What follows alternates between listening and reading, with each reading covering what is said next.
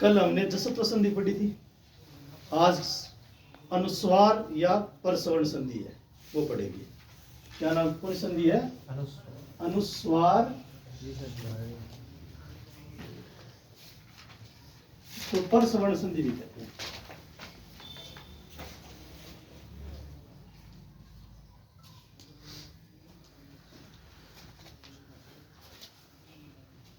अनुस्वार परसवर्ण संधि।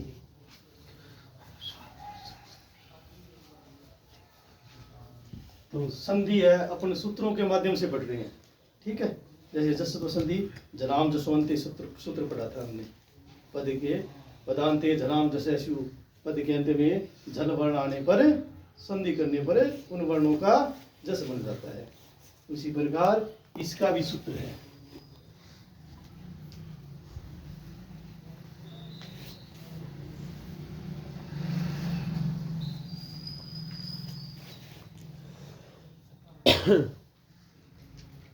मोनुस्वार है।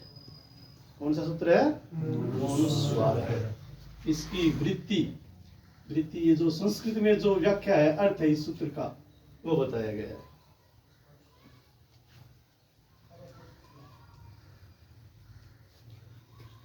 मान्तस्य पदस्य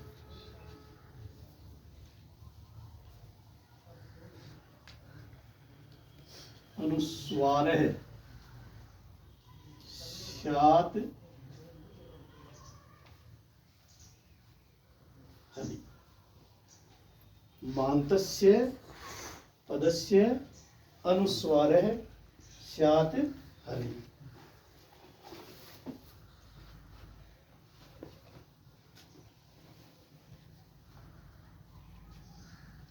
देखो, मान्तस्य यानी मैं अंतस्य, इसका विच्छेद करेंगे तो हम मान्तस्य यानी मैं अंतस्य। इसमें भी मैं में कौन सा स्वर है? और आगे भी ए आ गया, तो ए और ए मिलाने पर वो दीर्घ हो गया, मान्तस्य। मैं अंतस्य, तो मैं अंत में है, इसका क्या समझ होगा? मैं अंत में है ऐसे पद के बाद में हली यानी आगे हल वर्ण, हल यानी हल प्रत्याहार। हल का मतलब हल प्रत्याहार। प्रत्याहार बताया थे ना आपको, अयुण है तो हय वरट से लेकर अंत में सर हल, लास्ट वाला हल है ना, वहां तक के जो वर्ण है वो व्यंजन कहलाते हैं। यानी किसी पद के अंत में मैं आया हो और उसके बाद में हल वर्ण आ गया हो, तो इस मैं का क्या बन जाएगा? अनुस्वार बन जाएगा।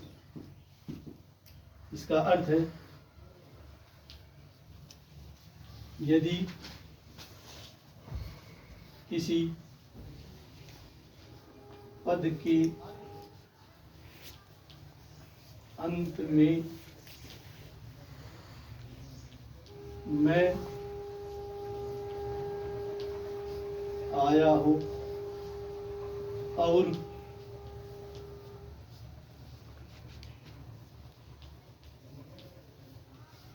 उसके बाद कोई व्यंजन आया हो तो मैं का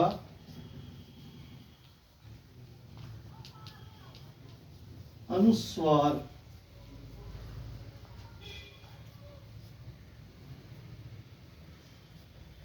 हो जाता।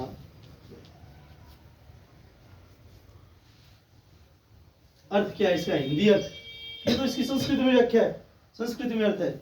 और इसका हम हिंदी अर्थ समझने के लिए हिंदी अर्थ ये करते हैं, यदि किसी पद के अंत में मैं आ गया और उसके बाद में कोई व्यंजन आ जाता है, यदि किसी पद के अंत में मैं आ गया और उसके बाद में कोई भी व्यंजन स्वरों के अलावा, ऐ उण री दृक ए ओंग ऐ औच ऐसे लेकर च तक के छोड़कर हय वरट से आगे लास्ट में हल तक के व्यंजन आ जाए, कोई भी व्यंजन आ जाए, तो जो आधा मैं होता है, ये जो मैं है आधा, इस मैं का क्या बन जाएगा? अनुस्वार बन जाता है। क्या बन जाएगा? अनुस्वार। इसको एक शॉर्ट ट्रिक भी है, जैसे इसको मैं से भी लिख सकते हैं,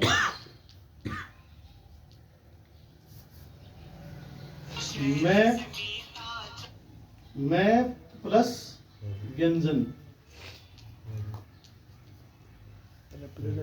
मैं प्लस व्यंजन, तो मैं की जगह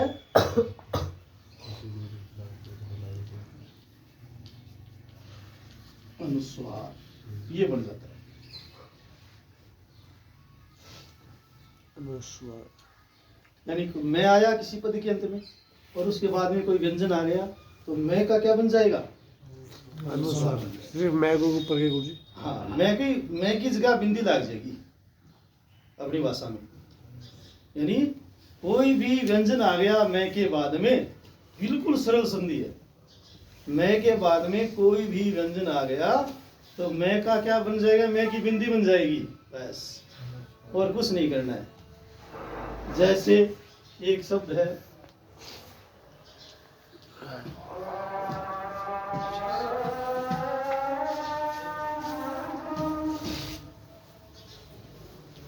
लघु सिद्धांत कौमुदी है, उसमें भी ये उदाहरण दे रखा है। तो जो एक बार लघु सिद्धांत कौमुदी का है, सबसे पहले तो वही उदाहरण देते हैं, हरिम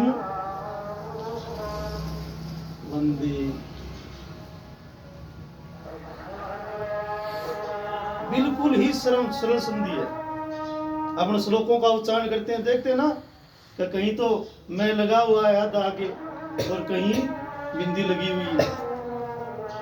तो यहाँ ये नियम लागू हो रहा है, जो हमने ये मोनुस्वार है, जो ये सूत्र पढ़ा है, ये नियम लागू हो रहा है। मान्तस्य पदस्य अनुस्वार स्यात् हलि।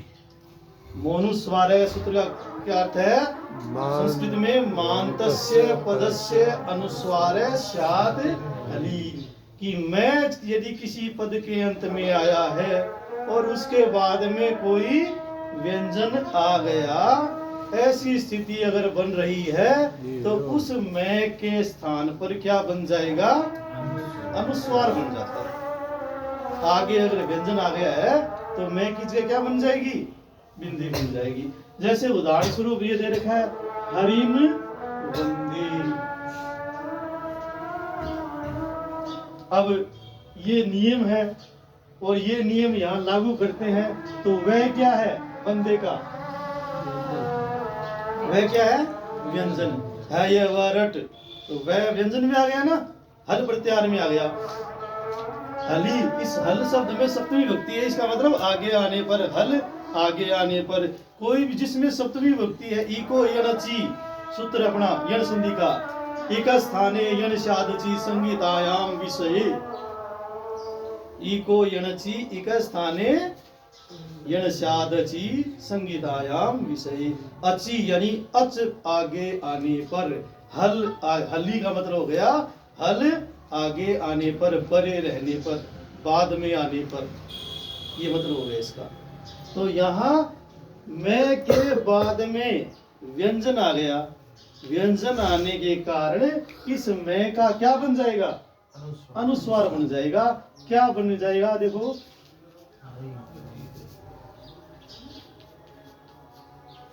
हरिम वंदे, यानी हरि की मैं वंदना करता हूँ। ईश्वर की, ईश्वर का नाम है हरि, मैं हरि की वंदना करता हूँ।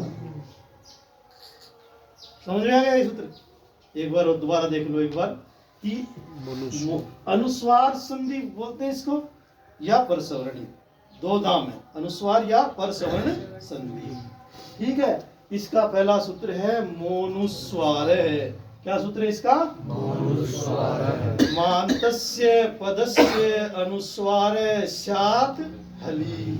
यानी मैं जिस पद के किसी पद के अंत में हो और उसके बाद में कोई व्यंजन आ जाए तो मैं की जगह क्या बन जाएगा? अनुस्वार। एकदम सरल है ना, कोई कठिन नहीं है संधि। तो ये तो बिल्कुल जो नया विद्यार्थी है उसके भी समझ में आ जाता है। यानी मैं किसी पद के अंत में आ गया और उसके बाद में कोई व्यंजन आ गया ना, तो मैं का क्या हो जाता है? बिंदी बन जाएगी। मैं की क्या हो जाएगी? बिंदी। ये तो एक उदाहरण, और इसके उदाहरण तो कितने भी बना सकते हैं हम।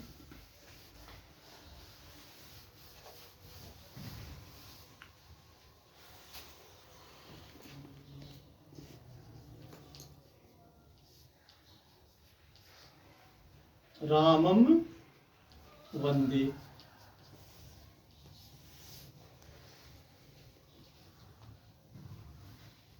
तो यहां आधा मैं और आगे क्या आ गया?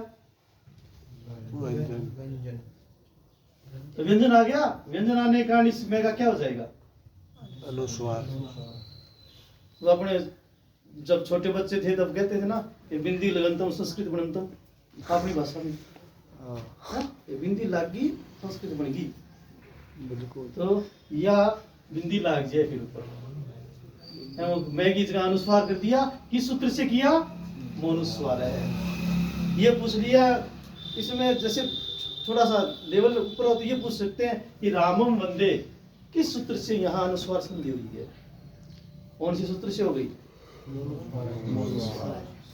इसलिए हमें रोजाना सूत्रों का अध्ययन करते रहना चाहिए। लघु सिद्धांत कौमुदी संज्ञा प्रकरण रोजाना उसका पाठ होना चाहिए। संज्ञा प्रकरण, अध संधि प्रकरण, हल संधि प्रकरण और विसर्ग संधि प्रकरण, ये तीनों का अगर लगातार हम पाठ करते रहे, पढ़ते रहना है इनको, बस बार बार इनको वृत्ति सहित उदाहरण सहित याद करना है। बस रोजाना पढ़ो, बस रोजाना पाठ होना चाहिए। फिर कोई भी संस्कृत में, ये संस्कृत की विशेषता है, पहले रटो पूरे को, रटने के बाद में समझ में आ जाएगा। क्योंकि पहले हमारे दिमाग में वो सूत्र तो होना चाहिए। जब सूत्र को हमने देखा ही नहीं तो समझेंगे कैसे उसको?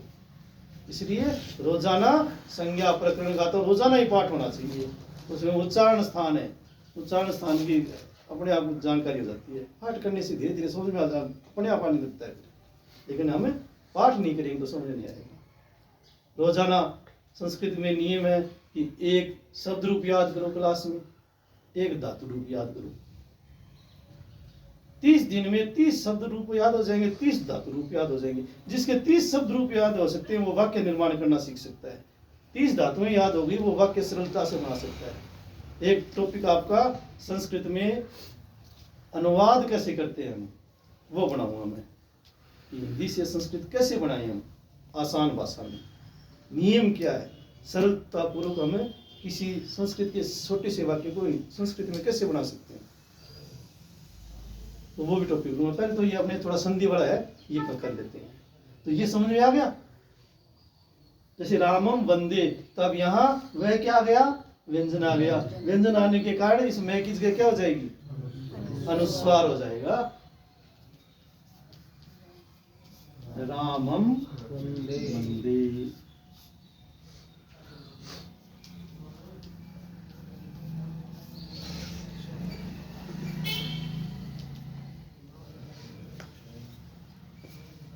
स्वयं वरह, यानी अपने आप वर्ण करना। स्वयं यानी अपने आप, वरह यानी वर्ण करना। अपने आप जो वर्ण करता है वो स्वयं वरह होता है। तो यहाँ इस मैं के बाद में क्या आ गया? व्यंजन आ गया। तो क्या बन जाएगा? स्वयं वरह।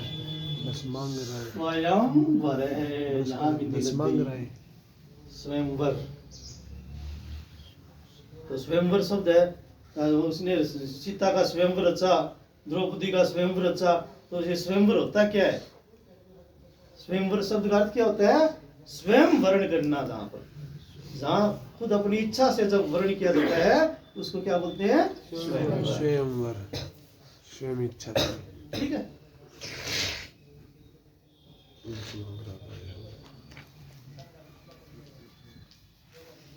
सत्यम वद, क्या हो जाएगा, मैं किसका क्या लग जाएगा, अनुस्वार लग जाएगा। सत्यम वद।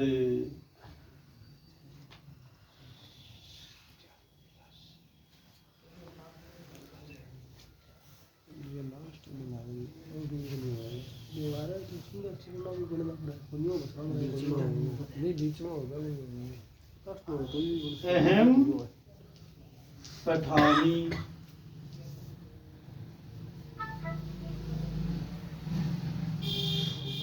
अहम पठानी, यहाँ अहम के आगे मैं आता है और उसके बाद में क्या आ गया, पे क्या है, व्यंजन। तो अहम पठामी, मैं आधा आ गया, व्यंजन आगे आ गया, इस कारण इस मैं का क्या बन जाएगा, अनुस्वार बन जाएगा। अहम पठामी।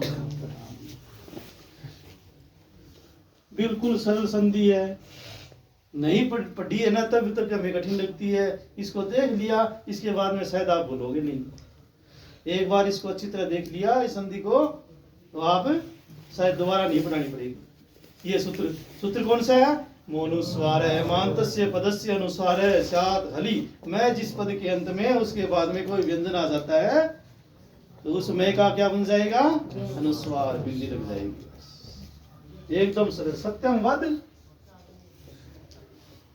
सत्यम वद,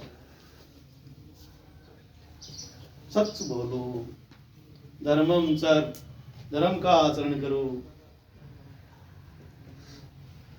तो ऐसे ही सत्यम वद बिंदी लग गई, इसमें भी यहाँ अहम पठानी, मैं पढ़ता हूं।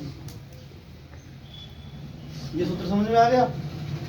तो अब ये आप कहीं भी देख लेना, आपने जो दुर्गा सप्तशती पढ़ते हैं, रुद्राष्टाध्यायी पढ़ रहे हैं, लघु सिद्धांत कौमुदी पढ़ रहे हैं, जहां कहीं भी ऊपर बिंदी लगी हुई देखे और उसके बाद में देख लेना, आपको कोई ना कोई व्यंजन मिलेगा। जब भी पढ़ो ये ध्यान में रखो, हाँ यहाँ बिंदी लगी, आगे व्यंजन है, इसमें तो अनुस्वार संधि है। इस प्रकार पढ़ोगे ना तो वो आपके नियम याद रहेंगे। यहाँ इस शब्द में अनुस्वार संधि का नियम लागू है। कल जसत्व संधि पढ़ाई थी, तो उस जसत्व संधि के नियम फिर आपने दोबारा पढ़े क्या, देखे नहीं, देखना चाहिए बेटा। तो ये एक तो इसका ये सूत्र है।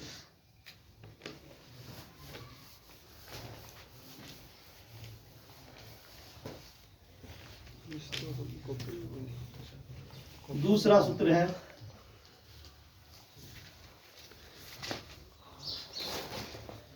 नश्च पदान्तस्य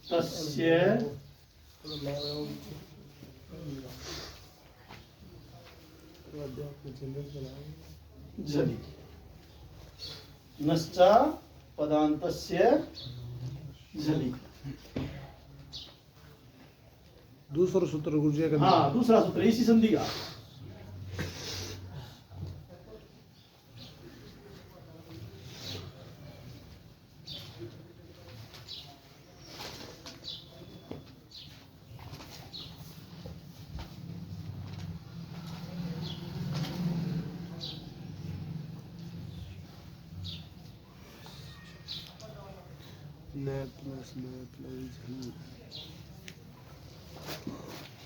नस्य मस्य च पदान्तस्य झलि स्यात्।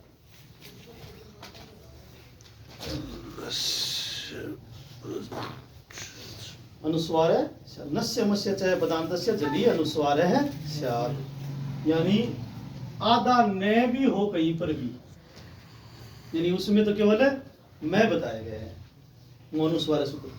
और ये सूत्र क्या कहता है, यदि किसी पद के अंत में न भी आ गया है, पदांत शब्द के आगे न या मैं आ गया, लेकिन उसके बाद में झल वर्ण। अब ये झल वर्ण कौन कौन से हैं, झल का क्या मतलब हो गया, झल क्या है, झल ये प्रत्याहार, झल प्रत्याहार है। तो झल प्रत्याहार में कौन कौन से वर्ण आते हैं, झ भ य घ ढ दश जब गड़ दश कप छठ थ चट तव कप य श श शर हल। इनमें जो अंत में हल वर्ण है, जैसे कह प ये हटा दो, जब गड़ दस शे हटा, लास्ट वाला से हल है वो हटाना है बस। इनको हटाने के बाद में जो वर्ण शेष बचते हैं वो झल वर्ण बचते हैं। तो नस्य मस्य जो न और मैं किसी पदांत पद के अंत में है और उसके बाद में झल वर्ण आ जाते हैं तो भी क्या हो जाता है, इन दोनों का क्या बन जाता है, अनुस्वार।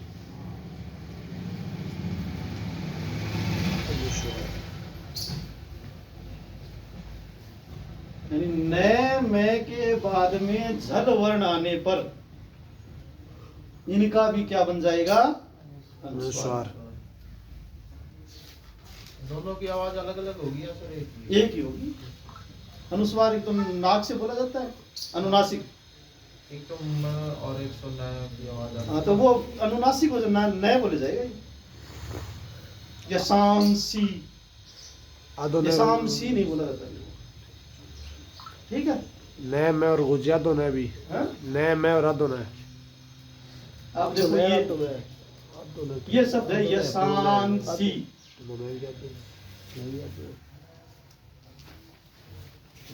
अब ये स है ना, ये झल वर्णों में है क्या, देखो आप, झ भ ये घ ढ धस जब गड दस ख प छठ थ चट तव क प ये श श स। ये स वाला स दंती से बोलते हैं इसको।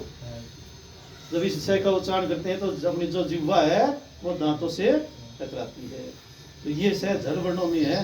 तो झल वर्ण होने के कारण इस सूत्र से नष्टापदान्तस्य जली, इस सूत्र से क्या हो जाता है, इस न का भी क्या बन जाएगा, अनुस्वार बन जाता है। क्या बन जाएगा, यशांसी।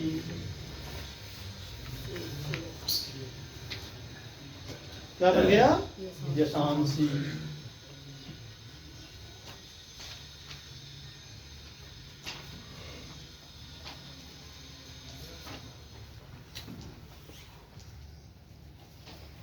दम प्लस डह,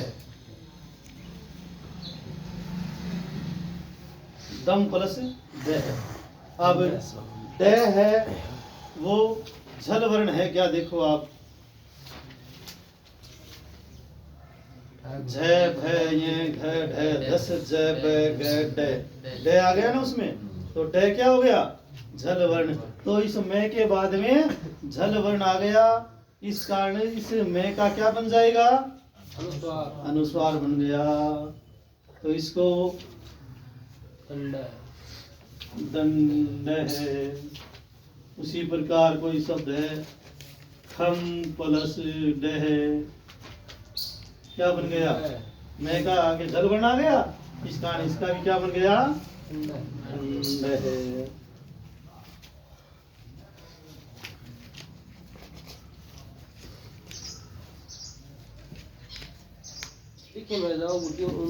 उच्चारण है वो। हाँ, खंड है लिखा तो मैं ही जाता है, खंड है, दंड, दमड नहीं बोला जाएगा, दमड है कि नहीं बोल जाता, उच्चारण है वो। हाँ।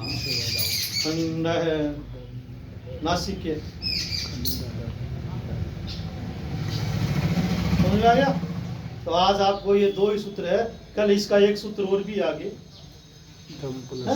वो सूत्र कल करवाएंगे आगे, ठीक है। जो